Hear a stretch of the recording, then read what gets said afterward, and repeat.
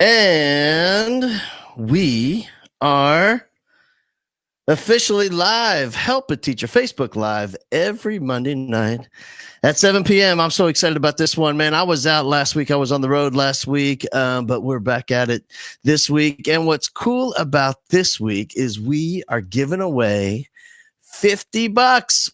A $50 Amazon gift card is going to go to someone that we randomly pick in the comments. So all you got to do is play along, participate, and we're going to put all the names into a randomizer, and then it's going to select somebody, and somebody is going to walk away with $50. Man, I love it.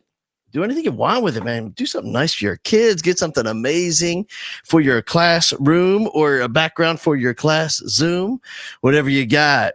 And so, listen, I have had a whole bunch of just spending some virtual time with schools and teachers around the nation this week.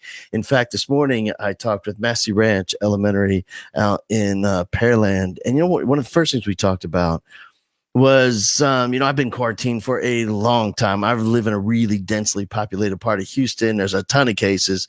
So I've been locked up in the house. And one of the things I've been doing is I'll force myself to get out once a day, and I'll go driving around in the neighborhoods, and I just select a different neighborhood every day. And what's been interesting is I will see these kids, man, just, sitting on the front step of their house. And I know I can tell what goes on in that house. I know that mom and dad are both working really hard to make ends meet. And this is such a challenging time for them. And I know there's a younger teen, 12, 13, 14-year-old in that house taking care of these kids that are playing in the front yard. And, I've been going in the apartment complex. I'll drive through an apartment complex, and a lot of the gates of apartment complex, if you look around, you'll notice a lot of the gates have been disengaged and dislodged and removed by some of the tenants there, because they have a lot of family members who are also struggling right now living with them. And that way they don't have to have a card or code to get in. And I'll drive through the apartment complex, and there's a ton of kids I'll see sitting on the steps going up to that second floor apartment. I can just see in their eyes, that these kids they just so desperately miss their school family. They miss their family, miss their teachers. They miss their counselors. They miss their principals. They miss that greeting in the morning. They miss that breakfast that they all share time together. I think sometimes we underestimate, this is where for lots of our kids, and if you teach in the kinds of schools that I've taught in, that I would say it's more than lots, it's most of our kids. This is where their family really happens. And this is where they eat together and they share time together. And that amazing educator that stands before that class, the lady, the gentleman who's accepted the honor and privilege of standing before those kids, that's their mom. That's their dad. And I know at Massey Ranch Elementary, I spoke today, and I could tell, this is one of those schools where a kid heads into that front office because there's that school secretary sitting right there, and they have to see her every day. That's their mom. Then they go and visit their counselor. That's their mom. That's her dad in there. And I know these kids are just desperate to connect with you again. And I some of it's virtually for sure. And it's going to start that way, but eventually they're going to come back. And I'm just so excited for them to rejoin their school family and get the school year going. All right. So today on Help a Teacher Facebook Live, we have Dyann Wilson. She is one of my favorites. I know I'm not supposed to play favorites, but I do. I don't care. And I love her. She's awesome, man. And I'm not sure how we met. She might be able to tell me, but she is just doing amazing work with kids and teachers in her school. And I can't wait for you guys to meet her too. And some of the things we can talk about, if you want to put some comments or questions in the in the chat, we'll work hard to get to those. But also be sure to comment, because at the end, towards the end, in about 20 minutes or so, 25 minutes, we're going to have a $50 gift card. So make sure you comment and join us in the conversation. I really, really, really appreciate you guys spending some time with us. And here we go. Dyann Wilson, how are you? I'm so glad you're looking. We're hanging out. Hello, virtually. I'll take it, whatever I can get. I'm good. Oh my gosh. Well, I was so happy because just a few minutes ago we had our camera set up and I was actually tall as you, but that's not happening anymore. You're clearly taller than me. I don't know what I'm going to stretch it I out. will always be taller than you. Always. You and everyone over this, that's more than a seventh grader, is absolutely stoned.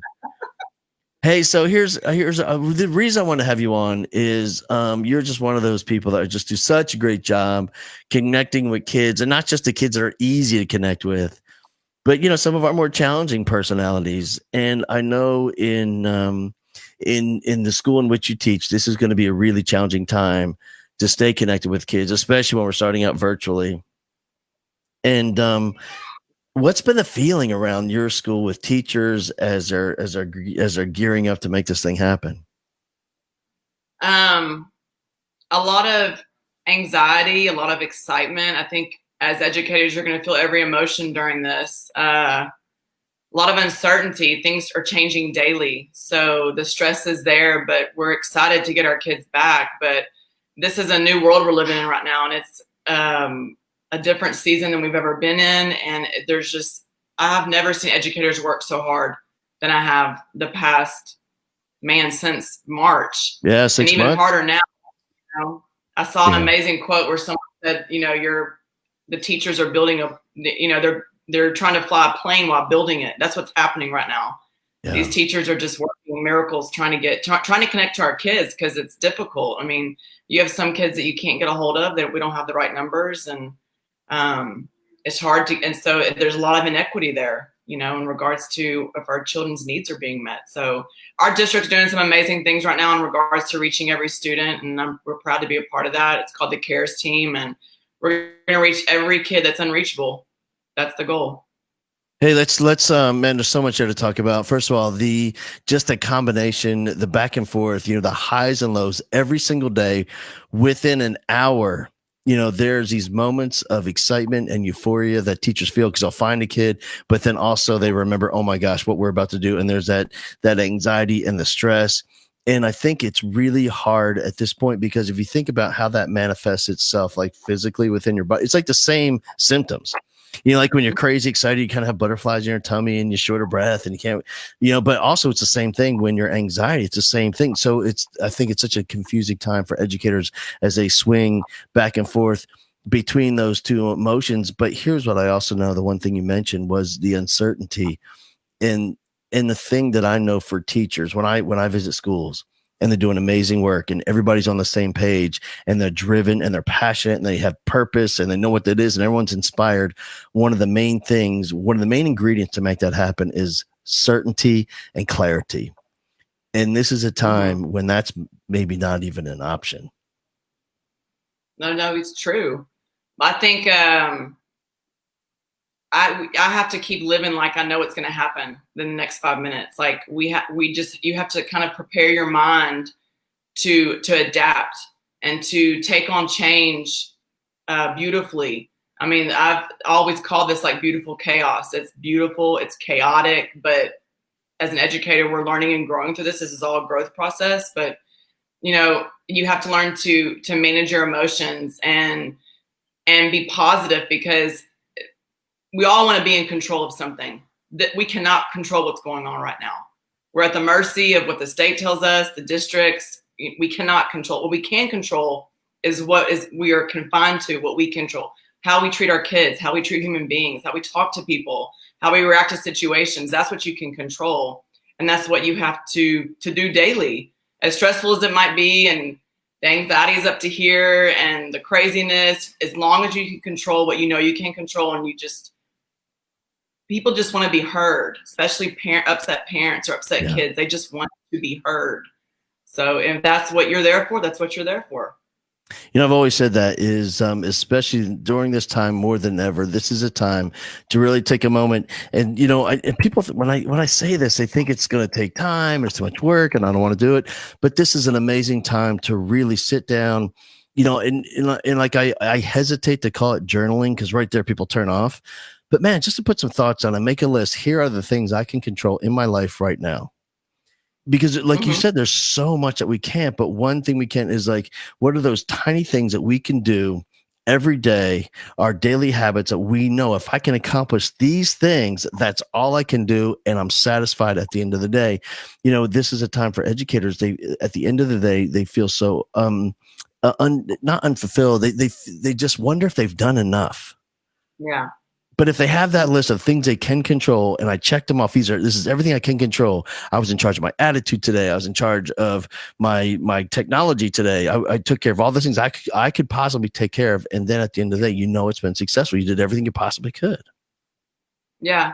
That reminds me of, so I have an amazing lead counselor on my campus, and you know who she is, Miss Cormier Rush. She's an amazing counselor. She has been we have been doing restorative circles amongst our team, kind of practicing for us to roll it out on our campus with our teachers.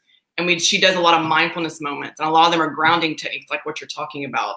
Things you can control. What can I hear? What can I see? What can I taste? What can I smell? Those are things that ground you, that just brings you to reality. So these are the things that I can control, that I know are real in my life. And so I think it's very important as a counselor educator to start practicing those mindfulness moments with yourself, with your kids. It takes literally less than 5 minutes to do these mindfulness exercises. And it just brings everyone back down. It just kind of, breathing, you relax your shoulders, your jaw, you just put both your feet on the ground, and you just do these moments with each other. And it's worked wonders on our team. And we're rolling it out this week amongst our teachers on our campus, because there's a need there. They need restorative circles. They need a safe space. They need mindfulness moments. And so we're super excited. I mean, because I'm learning as I'm going. We're all brand new to this, but I love learning through this process with other educators. You know what it is even our teams, like you have this amazing counseling team and these unbelievable teachers. And I'm looking in here, and here's Lauren Almanza from Hermes Elementary. She has these phenomenal teachers in LaGrange, but even though they're phenomenal, like this is such a different year, like we have to be more intentional with our professional learning communities to really support each other and really take time to encourage one another and talk about what's amazing in our lives and talk about what's happening great with a kid, and asking somebody, tell me a great story about a kid that you have right now. Because, I think during the regular school year, we get in that habit of that toxic downward spiral of negativity where, oh my God, I had this one kid. Oh, you think that's bad? Let me tell you about this. Yeah. And this is a year, man, we just have to be more intentional with positivity daily in our regular conversations. Oh yeah. The negative, there's no room for negative anymore. We can't. We have to change. It's all about connections and building each other up and supporting each other. This is probably one of the hardest times we're going to have as educators. A lot of teachers on our campus are brand new. They're brand new to teaching. They're coming in from COVID. They've probably been away from their families for months, brand new teachers, and they're starting off virtual, which is hard. We have to support each other and just be there for each other. We have to have those connections, those relationships, not only with the adults, with the students. Virtually, we have to do it. There's no other option. Yeah. I've always said that, man, like, especially during the challenging times, it is a time to feed the soul of our teachers so that way they can take care of our kids. Yes. I mean, that's it. The saying, the fill your bucket, has been going around forever, but it's true. I mean, if that bucket's not full, they can't do anything else to anybody else. That bucket has got to be full. Yeah. And that's the amazing thing about filling the bucket. It's being the recipient of some good stuff that'll get, a little bit something in the bucket. But the way you do it is providing for other people and giving to other teachers and helping them and encouraging them and writing those notes and making that phone call, sending that email, dropping that text, making sure that they're healthy and they're okay. And, hey, and the other thing I want to talk about is the CARES team. Tell me about that. What is that? Okay, so Dr. Goffney and I believe the counseling department in the district decided to create a team called CARES, and it's to reach students that are unreachable. So there's a care team that's created on a campus, and those people will go out on buses and go to neighborhoods or areas where they need to connect with students that they can't get a hold of. Yeah. Hey, look at that! Like superstar. Yeah, so it's all about reaching kids that they can't reach anymore, that are unreachable. And so the The team will go out on buses, go into neighborhoods, talk to parents about technology. If they have questions about technology, about logging in, which is pretty hard right now, about Schoology, anything that they have questions about, the team goes out and they talk to the families, because there's a lot of kids that we can't get a hold of. If the contact information is wrong in the system, we have to find a way to reach those children. So we're going to do whatever it takes to find those children and find the ones that are unreachable. You know what making those connections and to be there in person to see where they live, because I think sometimes we forget like how hard it is. It's really what's happening. I'm a firm believer that you have to have like field trips. The teachers need to get on buses and go into our neighborhoods. They need to see where our kids live. It changes your mindset on everything when you see where they live, where they come from, their families. Like, it changes how you feel. It changes how you think about the families, how you think about the children. Like maybe it connects to why certain kids are the way they are. I mean, you have to have those connections. You can't just assume these kids are from a certain area just because of the way they act. You need to know where they're from and just build those connections with those families. It's so important. All those families want is someone to hear them out. I had a parent who was extremely upset the other day. I mean, upset that she could not get into the platform that we use with her kid. And literally all she wanted was someone to cry to. And I let her do it. I sat there, I listened. I didn't say one word back. I let her say what she needed to say, cry, get mad, scream. And then we worked together to solve it. And it was solved. But we have to approach our parents in a different way right now. Yeah. And so, sorry, my son, turn it on. He wants the attention. What are you getting all the attention for? I know. That's so perfect. The care team's awesome. That was an amazing thing that it came up with in the district. And it's really taken off. There's pictures all over Twitter of campuses going into neighborhoods, finding these students and talking to them and finding ways to get them logged in, to get them technology that they need.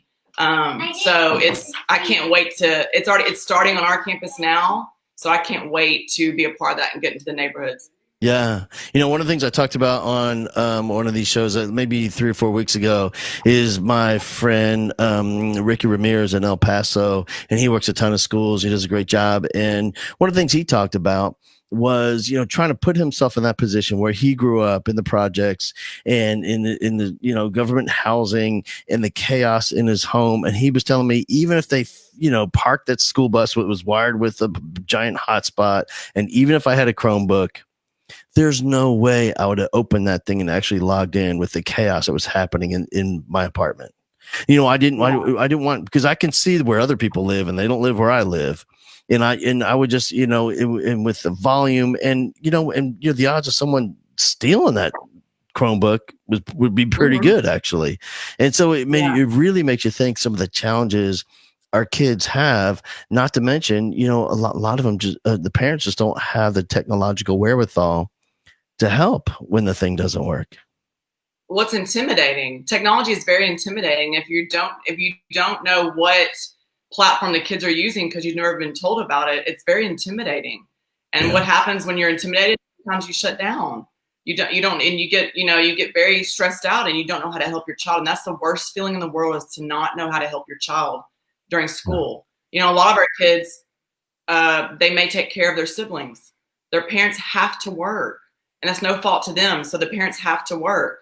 So that, there's so many things going on. There's so much inequity in regards to this right now that it's just sometimes it's just not. I feel horrible for these families because it's added stress they don't need right now. Right. And I don't know about you, but it seems to me that there's a lot of, distancing in the inequity right now. I can't tell you how many people I've heard watched on Facebook or, around the neighborhood. Hey, anybody want to get in the pod? We're hiring teachers. I'm thinking, oh my gosh, here's a family that both parents work. And so they're going to hire private teachers to come to their house. And who else wants in on that? Yeah. And then I think about, it's so far from the reality of most kids. Oh, that's privilege. if you have, if you are a family that has enough money to hire private educators, that's privilege. And a lot of our kids don't have that. And I just, that to me, that's just, I think if you're a district, and I'm so proud to be a part of Aldine, you have got to get in and do the work and make it to where it is equitable. And that's what Dr. Goffney is doing right now. I mean, we're making it equitable. We're reaching every student that we can reach, and we're trying to get them technology. I mean, and that should be every school in every district. They should be doing that. You shouldn't want the kids to go. I mean, I want my daughter in school. She's home. I mean, she's home now, for 2 weeks. I want her in school, and I can't wait till she's in school. She can't wait till she's in school. Mommy's not a good teacher.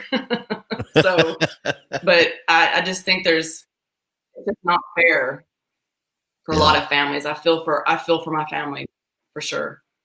I think it was maybe my third year of teaching. I was in San Marcos, and we met at the school for our first day of professional development, and the doors were locked. And so we were just all the teachers were standing there. And then the principal, Dr. Lopez, Ana Lopez, she drove up in the school bus wearing a dress and everything.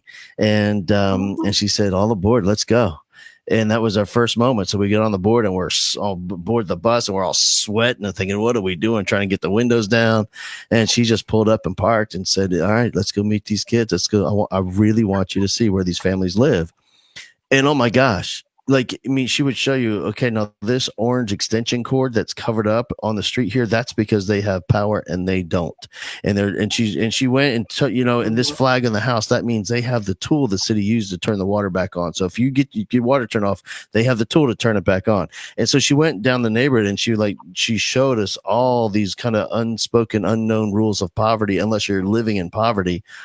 And, at the time I was like, what, 24? And, it was such a great, it was probably the best professional development ever to really understand, because of the whole, her clothes of the whole morning were standing in the street sweat. And she says, so when you assign homework, these are the homes. This is where they live. Mm-hmm. This is where homework is going to happen. If any homework is going, and, it's a life changer for a teacher to go and visit those families. Oh, for sure. It's so important to know where your kids are coming from, because you're going to have behavior issues on every campus and every school. We can't keep disciplining these behavior issues. We have to know where they're coming from. That's all about connection. Everything is connected to something. We have to form those relationships, meet the parents or the caregivers, whoever they're with, meet them, talk to them, get to know them. Someone made a good comment about the inequity in regards to Spanish speakers. A majority of our kids are Hispanic or are non-English speakers. Their parents are as well. There's so much inequity with that as well, because if technology is already intimidating, can you imagine for someone who does not speak the language? Yeah, it's very hard to support so I don't know who said that, but that was a great point, because that's very, very true. Yeah. And then, then we get caught up in that thing, where even the kid that we think, they give you the perception that it's all taken care of and everything's fine. And what I always say is, you have no idea what really happens in that house. And I promise you, a lot of times it may look fine. It ain't fine. No, some stories would probably break your heart. Yeah. I miss my kids desperately, and I didn't get to see our 8th graders off. We didn't get to see none of them off to high school. And we still, luckily we've got to use Google Voice a lot. So they'll still text, and they're just nervous. They're a ball of nerves starting high school, virtual, it's just, there's so much going on right now. And I just think the best thing to do as an educator in regards to what we're all going through with COVID and this pandemic, there's hurricanes, there's so much stuff happening around us right now. And the only thing we can do is to support each other, be there for each other, network. I've learned so much on Twitter and Facebook groups over the summer than ever. And I never utilized technology we did prior to COVID, but we really took off on our counseling team, and we have done some amazing things with technology. That's why I'm wearing Wakelet. Wakelet is like his knees. It's gold. That's what saved us during COVID. We just took off with Wakelet. But I think as educators, we have to kind of break barriers, break the norms, be loud, be present, be just obnoxious about pushing things that you know are going to reach the kids. I mean, if we didn't push technologies on our campus, I don't think we would have reached the kids the way that we did. So I think whatever it takes. Oh, it's cliche to say, but whatever it takes, meet them where they are. It's I know. I think it's like everything that used to be cliche, like really matters now. Like it used to sound like a fun little T-shirt you buy on Pinterest, but like we're like right now, like it's really true. Like it really matters. Oh, yeah. Yeah. Oh, Hey, yeah. for you in your work with parents who are struggling through all this, and mom is, has a couple of jobs, and dad is working all day, and mom has a seventh grader calling you, and they're stressed out and they're trying to figure out how to handle all this. What is the conversation usually with you like? How do you handle that, mom? Well, most likely the mom's going to call upset and emotions are probably heightened. And you at that moment in her life are the one she's going to vent to. And you can either be the adult that's going to vent back, or you can just be quiet and listen, which I suggest that you be quiet and listen, because you can hear a lot more when that parent's talking if you're just quiet and truly listening, because in the end, that's all that they want. They need someone to talk to.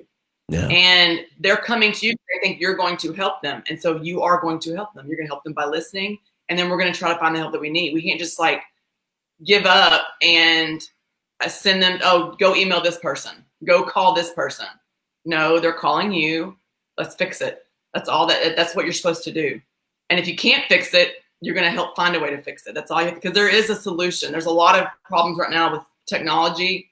My librarian, I don't know if she's listening right now, but she is amazing.